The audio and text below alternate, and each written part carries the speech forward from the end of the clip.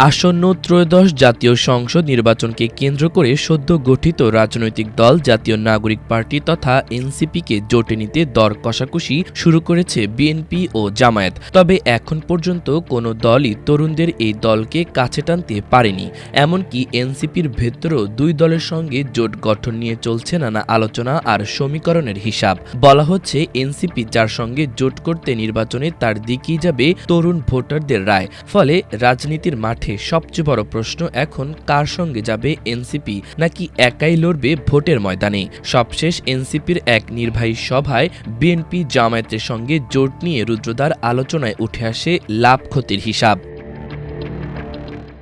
সদ্য অনুষ্ঠিত এনসিপির নির্বাহী কাউন্সিলের সভায় নেতাদের একটি অংশ জামায়াতের সঙ্গে নির্বাচনী জোটে যাওয়ার ব্যাপারে মত দিয়েছে। কেউ কেউ বিএনপির সঙ্গে নির্বাচনী সমঝোতায় যাওয়ার পক্ষে কথা বলেছেন। তবে নির্বাহী কাউন্সিলের সভায় অংশ নেওয়া বেশিরভাগ নেতা বিএনপি ও জামায়াতের বাইরে তৃতীয় কোনো জোট করে নির্বাচনে যাওয়ার পক্ষে মত দিয়েছেন। রাজধানীর বাংলা মোটরে এনসিপির কেন্দ্রীয় কার্যালয়ে শুক্রবার এই সভা অনুষ্ঠিত হয়। এনসিপির নির্বাহী কাউন্সিলে দলের আহ্বায়ক নাহিদ ইসলাম, সদস্য সচিব আক্তার হোসেন সহ বেশিরভাগ নেতা শুক্রবারের সভায় অংশ নেন। সভায় নেতারা মূলত তিনটি বিকল্প নিয়ে আলোচনা করেছেন: বিএনপি, জামায়াত ইসলামী অথবা একটি তৃতীয় জোট। এই সময় বেশিরভাগ এনসিপি নেতা বিএনপি বা জামায়াতের সঙ্গে জোটে না গিয়ে একটি মধ্যপন্থী চরিত্র বজায় রাখতে তৃতীয় কোনো জোটের মাধ্যমে নির্বাচনে যাওয়ার পক্ষে মত দিয়েছেন।